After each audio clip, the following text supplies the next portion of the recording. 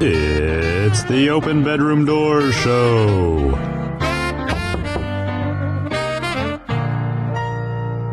I'm Angela Skirtu, and I open bedroom doors. Welcome to the Open Bedroom Doors Show.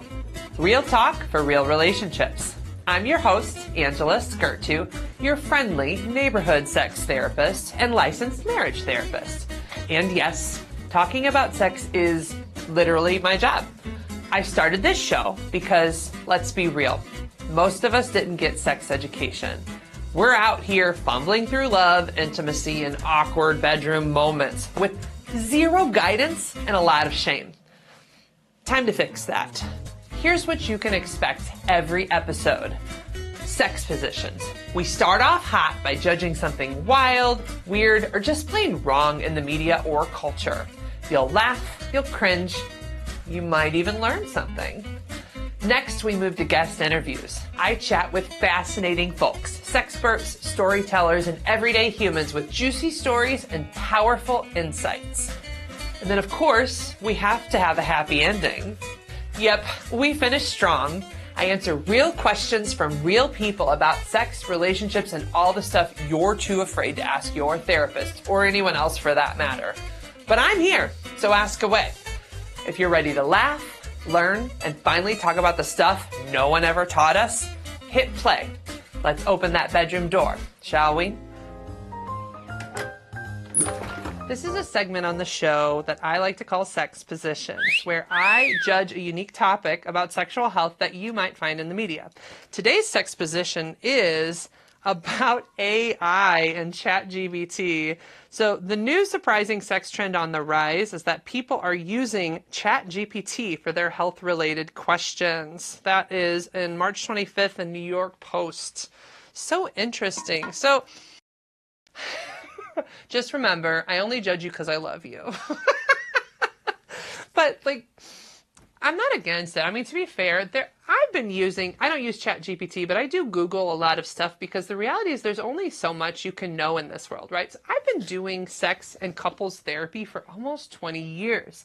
And there are still things I learned today that I didn't know 10 years ago, 5 years ago. So I'm not one of those people who's really freaked out about ChatGPT or AI or any of them. I just think they need to be enhancements, not your only resource. Here's where it can be a problem, right? So yes, what's cool about these websites is they can go through and scour through all of the articles and create different ideas or strategies that globally could work, but you're still dealing with a very specific person when you're trying to have sex. So my one request for all of you is, yes, feel free, research, learn. That's what we have Google, ChatGPT. We've always had resources to find stuff, but you still got to talk to your partner.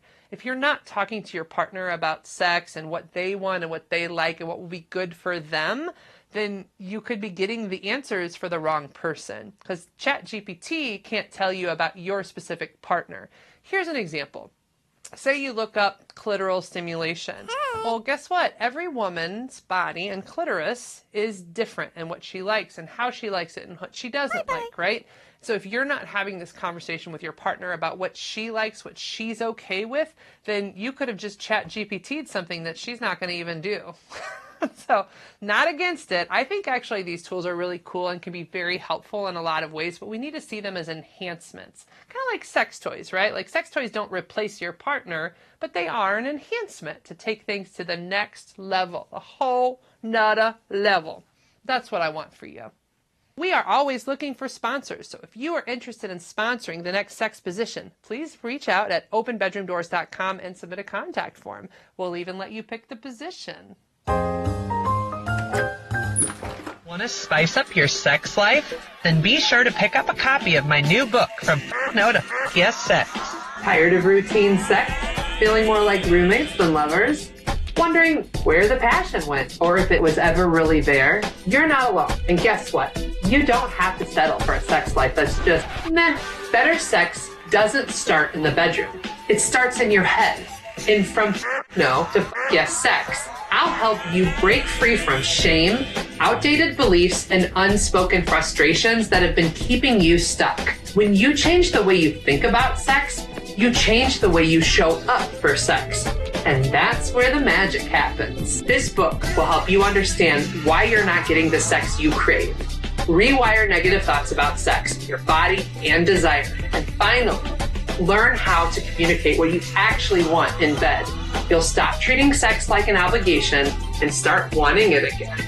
No shame, no fluff, just straight talk and strategies, and a whole lot of yes moments.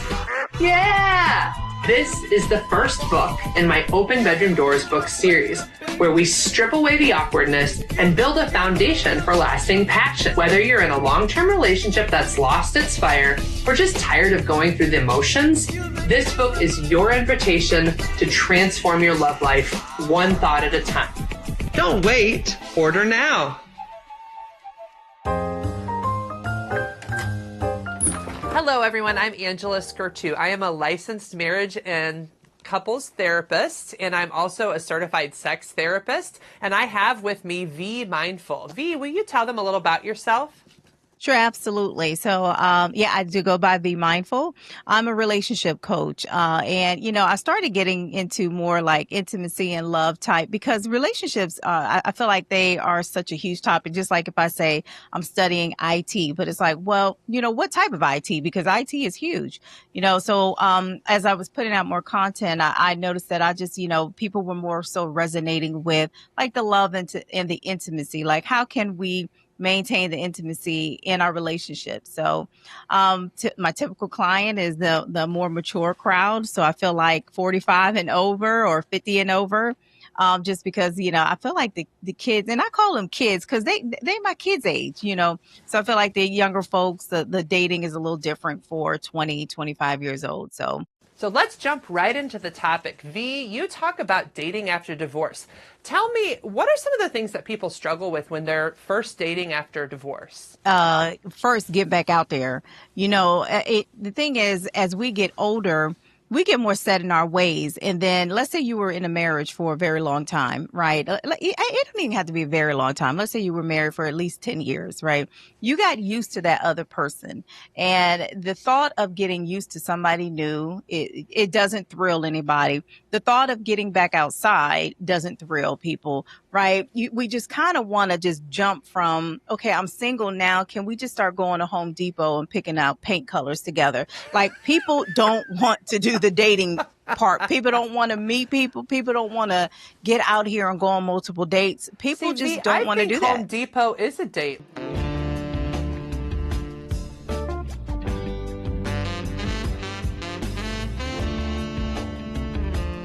And to me, all I think you need to do to date is to flirt and have a little quality time with each other away from your kids. But that's great because you have a partner. So praise God there, right? But a lot of people don't have partners, and right? I guess other people don't agree with me all the time that can be a date. But I'm telling y'all right now, that can be a date, and it totally should be. Girl, when I was out here dating, because this was something that I wouldn't recommend. My schedule was so hectic that, I'd meet a lot of men, and I know how to meet men in public, right? Y'all got to look up and smile. Make eye contact. Look people in their eyes. Be like, hey. You got to be inviting. What's your best eye contact for like when you're dating? Oh, me looking at me? Yeah. What's your eye contact thing to let a guy know I'm into you? Oh, if I see somebody, girl, at Target or whatever, I'm looking. The thing is, get the hell off the phone. Look up, right?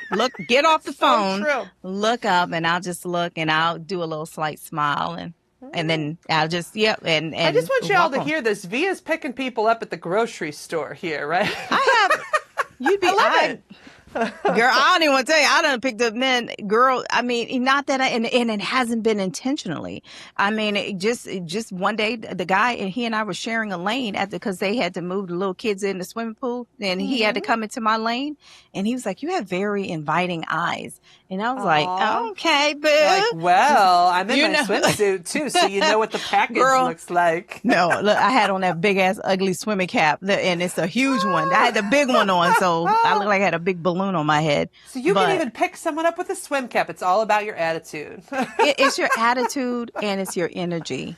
right? People can feel your energy, and we have to focus on, like, becoming, and it's cliche, but it's true, becoming the best version of yourself. You have to love yourself. And people's like, well, what does that even look like? Well, start doing the stuff that you like to do. Start pouring into yourself. I don't know if this is true or not, right? You're a marriage therapist. You'll have to tell me if it's true or not. I saw the clip on what Jay Shetty put out, like, I think it was yesterday or 2 days ago, when he said that he was in an interview. Well, he was on somebody else's show. And he said, people think that romantic love is the greatest love you can have, and, people are out here looking for it, and they don't feel complete without it. But in his opinion, I don't know if it's true, he said the greatest type of love you can have is the love from a parent. He said that's the greatest love that you can have. And That's if you have attachment love, by the way. okay, so he said if you have that type of love, then that is the greatest love. So if you don't have a romantic love, a partner, whatever, but you have the love of your parents or whomever, a familial love, I'll just say that, then you are doing much better. Like, you have the greatest type of love, I should say. So you shouldn't be walking around here feeling empty if you don't have a relationship. That's Right. so. I mean, I do know the differences between, like, romantic love and, like, you call it familial love. We call it attachment love in the therapy world. And it's just basically you feel secure with a person. Okay. I would say people who even get married have that experience too, where, like, initially you'll start with the romantic, exciting love, but then it moves into an attachment love. And that's why it becomes hard for people to have good sex later in their relationships, because with attachment love, you have to keep doing things to build that spark and create, like, excitement. So I think there's value to it, but I do think we do crave that sort of exciting, like, oh, I love you. You're so exciting. Oh no, I think people, they absolutely crave it. I just, you talk about normalizing, ED. I really would like people to also normalize that if you're single, look, you're okay. Because I work with clients who are single mostly, right? I have some people who are in relationships, but if you turn on the new, not the damn news, because that shit is depressing. But if you turn on, like, a movie, a Lifetime movie or something, everything is love, love, love, love, love, and it's like, well, can we normalize people just loving on themselves as well? Like, you don't have to, baby girl, baby guy, you don't got to be out here chasing any and everything. It's okay to be in your season of singleness.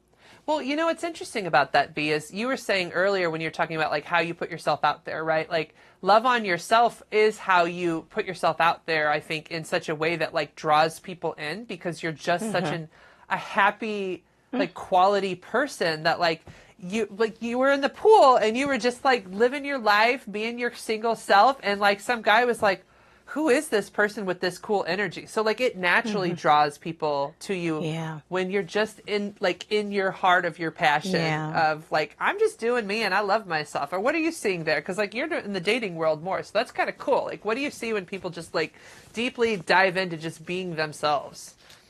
I think that's the only way you're going to attract something of substance. That is the only way. That's why, a lot of coaches and therapists, right? You have to work on the individual. You're only going to attract what you are. So, and the thing is, like, I talk about when I was single and I was going on, and I had been on, girl, a few hundred dates, and I was not with the same guy. I was a couple of hundred men. And, it's always easy for me to meet men. Like, I could go out here right now and be like, hey, I mean, the guy who repaired my garage door, young guy, he sent me text like the next week, I was at your house and I was wondering if I could take you out. Dude, how are you the same age as my kids? I have to draw the line, right? You're too young, So anyway, it's like, well, we go out here, and when you are, okay, let me back up. When you are single, I feel like that is the time to really learn who you are, learn what you like get out here and go to restaurants by yourself. I don't know why there's a stigma about eating out here by your damn self. Nobody cares. Let me tell you something. Nobody's looking at you. Well, Vee, you bring up so I did divorce, so I'm in my second marriage now, but, like, during my divorce period, I remember feeling this overwhelming need to say yes to things that I had to say no to when I was married. And so, like, that was a part of my journey. I was like, Angela, everything. I literally said that to myself. Everything that you said no to before because of that marriage, you say yes to now. And so I went to a poetry slam. I started Yes. going to art walks. I started like going to just different, actually, what's funny, so I went to a Renaissance fair and like I volunteered to get up on stage, and the guy on stage was totally flirting with me. Okay. But like See? the point is, like, these are all the I was doing exactly what you were saying, is like I'm going to lean fully into the things that I want for me, and I'm telling you, I think it was a great part of dating for me. Are you No, seeing with yes. that in your world? People need to do exactly that. Like, you'd be surprised when people get divorced, they just sit at home, and they get into such a routine that, they become boring. And then, they age faster. Like, we're 50. And the thing is, you're aging yourself faster just by sitting in the house, not doing anything, not working out, not eating right, not going to the gym, not taking care of yourself. You literally are aging your life faster. So I mean, if you really are trying to leave this earth faster, then you are on the right path. Like, you got to stop doing that. Pour into yourself. Like, take yourself out on dates. Like, who gives a damn? If you ever go to a restaurant, like, go to a restaurant, girl, look at how many people, and I took a video of this, and my son was like, "Are you recording them?" I said, "Yes." I Yes, haven't I used it have in a to. piece of two people just sitting across from each other on the phone. They Why? weren't even talking. I see that all the time, and I'm like, what are you even doing here? You might as well be at home.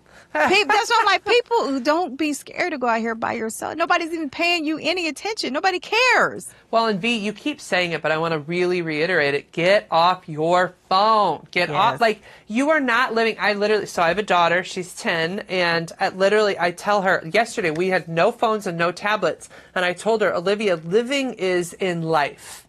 In your phone, you are distracting from life. But in life means, just like you said, you look at people in the eyes, you smile. I am now Mrs. Smokey Alabama in my meat department because I look people in the eyes and I smile. And that's what I order, is the Smokey Alabama chicken. Okay.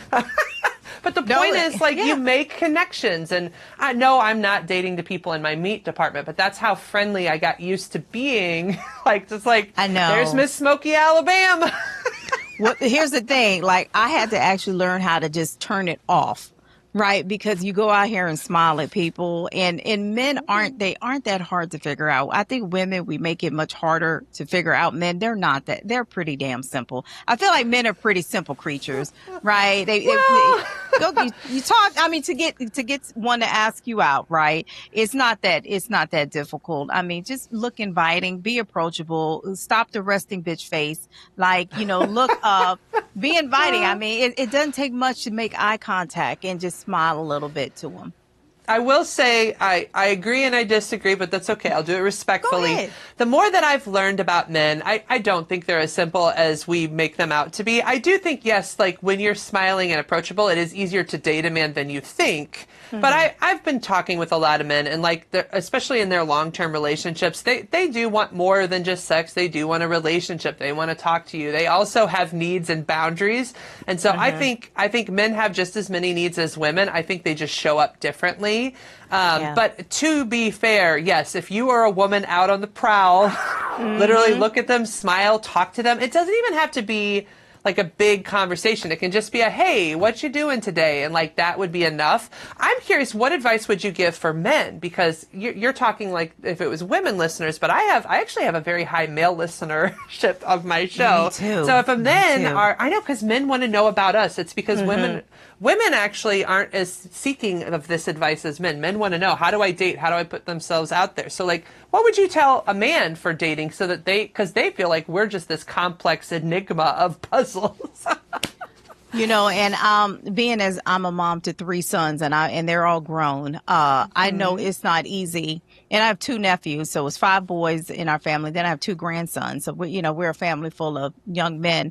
I know it's not easy. And most of my clients have been men, but I know, I'm going to tell you right now, I know it's not easy, because you hear the men that say, well, what's the difference between love bombing and me just showing interest? Like, it's so much within the Me Too movement. Like, how do I know when I can approach her versus not approach her? Like, V, I don't know what to do, So my advice would be like, to not be labeled a stalker. right? You got to pay attention to the cues, right? Pay attention to her cues. So what cues would he be looking for? He's looking for the eye contact. Like if she doesn't seem like, if she's moving fast, if she, let's say she's in the gym, she got her headphones on and I go to the gym, like, you gotta, don't hound women because there's a time and a place. Try to go to places where it's more, I guess, conducive to being approached, right? You don't want to approach somebody, even though one of my female clients, she did meet somebody at a funeral, but I'm just saying you may not want to approach somebody at a funeral. That is not uncommon, by the way. But you don't approach them like you're trying to date them. You just approach them like a kind friend. Yes. And you just talk. And then sometimes things can happen. But like, I would say you could approach people at any time, but there's a difference in the style of approach. Yes. Right? So at a funeral, you're just friendly and you're just offering a welcome hand and you're there for people. At like the gym, you're maybe like, hey, offering a spot, but you're really staying friendly and you're not trying to like, really be more like, I guess, sexual with it. You're just like, hey, yeah, I'm here if you ever need me, but you keep it casual.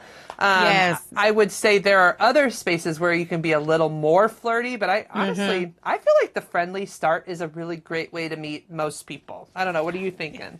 I agree. Like, yes, just don't give stalker vibes. Like, ooh, I saw you. I've been watching you for 5 blocks, and come on now. Like, okay, yeah, like because watching you.